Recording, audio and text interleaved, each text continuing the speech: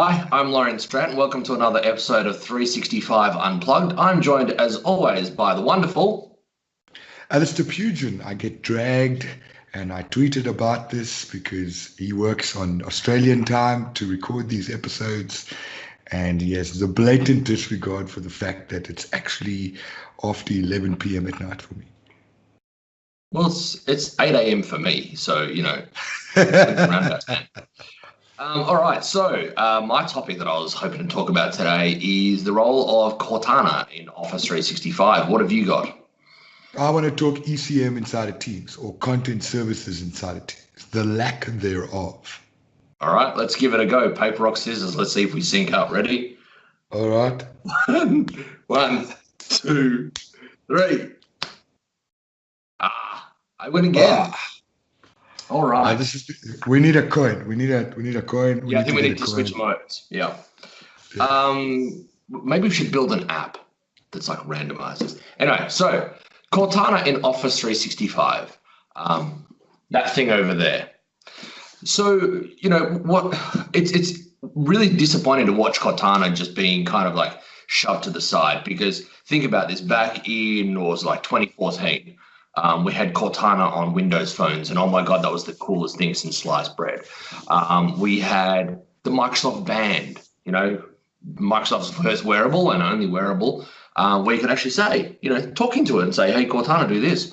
And then, we've kind of had it built into Windows 10. It's built into Office 365, kind of. Well, it's connected to 365. We've got, this device over here, which is, it's okay.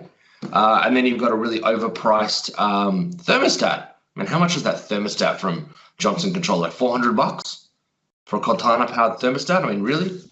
None of what you're talking about matters to me because we don't get the shit outside of having Cortana on a desktop in South Africa. Well, and this is the great point. So what is going on with Cortana? So if you look at it from, similar point, I'm in Australia. We've had Cortana for a while, but not as early as we did in the US. I've got an Xbox that has Cortana on it, but I can't access it because I'm in Australia. Yeah, I can run Cortana as an app on my Android phone. But to your point, that I have to set to be in the US, otherwise it doesn't work. So, I mean, do you use Cortana at all in your daily life? I do, if my daily life includes me having to refresh my PC. Because then she comes up and she starts talking to me. We'll be a little bit longer. Please take some time and do stuff. And I'm going, great, my machine works. The audio on my machine works. Do you get any of the Cortana reminders in Office 365, the heads ups? I've never looked. Okay. So one of the things you can do is if you install the Cortana app on your phone, and you connect it to your Office 365 account, some of the things that Cortana starts doing is actually reminding you of things that you've promised to people in an email. So you get an email basically every morning saying, hey, Lorraine, here's some things you might want to follow up on. You mentioned this to this person, and it will be, the actual text that you've said to that person. So I've got a list here of things I've said to Andrew here and Sally there and Brad there and another one to Brad. And then I can actually click on view item. And what it will do is actually take me to that email, to that, to the conversation. This is really handy, but the problem is I think this extends greater than that into an AI in Office 365 conversation, because we've got things like Focus Assist that freaks people out. Do you, sorry, not Focus Assist, Focused Inbox. Do you use Focused Inbox? I do.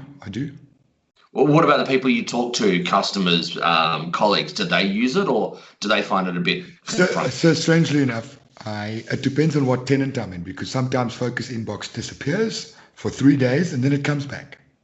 Right. And hey, so what am I using? Customers, I wouldn't be able to tell you. It's not a thing, right? We're so used to working the way we work, and no.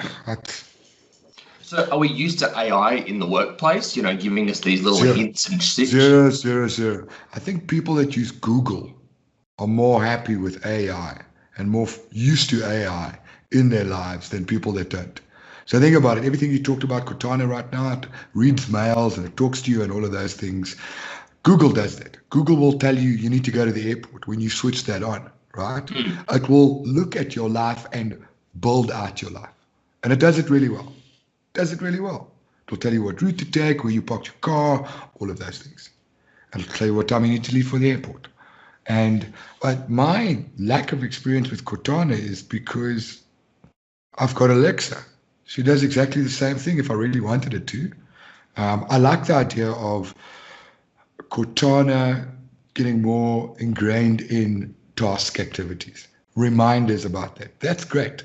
If I could plug Cortana into Planner and her reading me my cards and I can respond to that, like in the old days where you could literally talk to Outlook to say reschedule an appointment.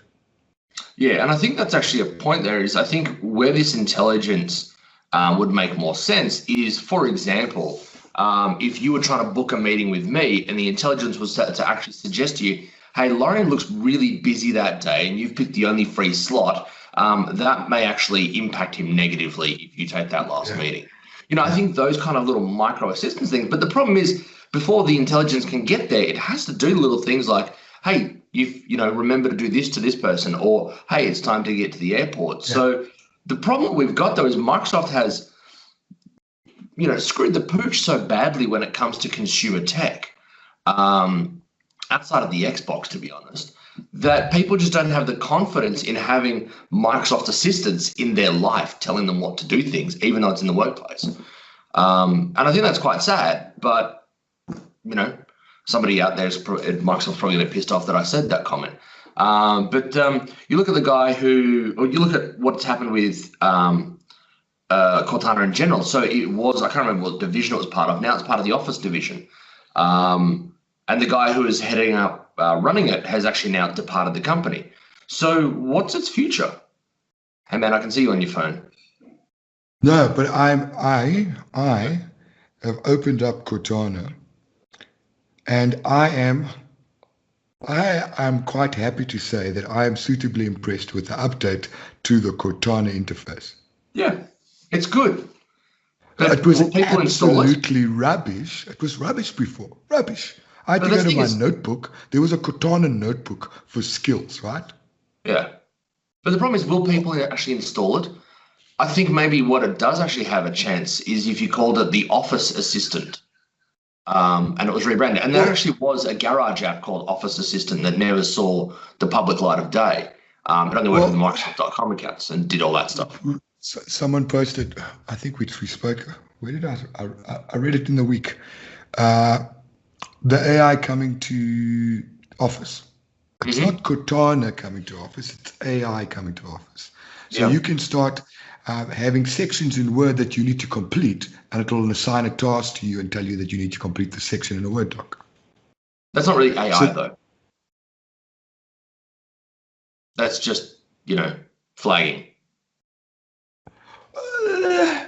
Do you think Delve is AI when it comes to an E5 to tell you how productive you were? You shouldn't have a meeting. You should have a meeting. You mean My Analytics? The My Analytics, yes. No, I don't think that's AI either. I think AI is more being proactive. I think AI is talking to me and suggesting things to me based on me. So I think that Delve, what you refer to when it's suggesting people and suggesting documents, kind of like we have with LinkedIn and other things, like based on your habits, we think this is going to be the right thing for you. I think that is kind of AI, but that term AI is being used quite a lot inside of the work, everywhere, but inside the so random. Yeah. But that's the thing is, I think Cortana should be rebranded to be Office Assistant, effectively the new Clippy. I was just about to. You can't replace Clippy, man. I know, we love Clippy. But that's effectively what it is. Hey, it looks like you're trying to write a letter. Would you like me to help you? Do you think Microsoft should focus their Cortana efforts inside of the Office ecosystem? I think so. I mean, I don't see it really being used in Windows 10. I'm sure there's telemetry to back that up. And I also don't see it being used in connected devices at home, like Google is and Amazon is. Well, okay, you've got one of these as well. Yeah. Hey, Cortana, what is your name? I'm Cortana. So can I tell you the feature that I use on my Invoke the most? What? Hey Cortana, open Alexa.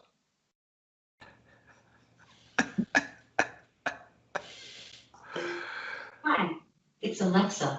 Hello. That's what I use it for the most. I'm actually going to try that. I I'm haven't not tried sure. What else? Yeah, whatever. that. I was just going to carry on.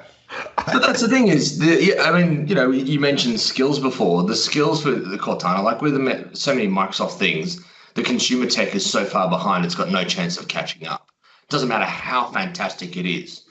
All people are so ingrained in how they work. And as you said, like Alexa is everywhere, except in Australia on my PC. But, I've got devices all throughout the house. So Alexa is my consumer. This thing's never going to become my consumer tech. So yeah, I think, in all honesty, scrap the Cortana brand. Wow, that's harsh, eh? Call it Office Assistant, and pick it. Well, because if you think about it, you've got Cortana analysis services in Azure. That's the new app. Yes, it is quite pretty. That is proper, mate. They've done huge things around the app. I'm suitably impressed with the app. As far as the AI inside of that speaker, not so much. But I do see. They've used the branding of Cortana in a whole bunch of different places. We've got it on a speaker, we've got it on an app, we've got it on an Xbox, we've got it built into Windows 10, we've got it connected to Office 365, we've got Cortana Intelligent Analytics in Azure. So what is it?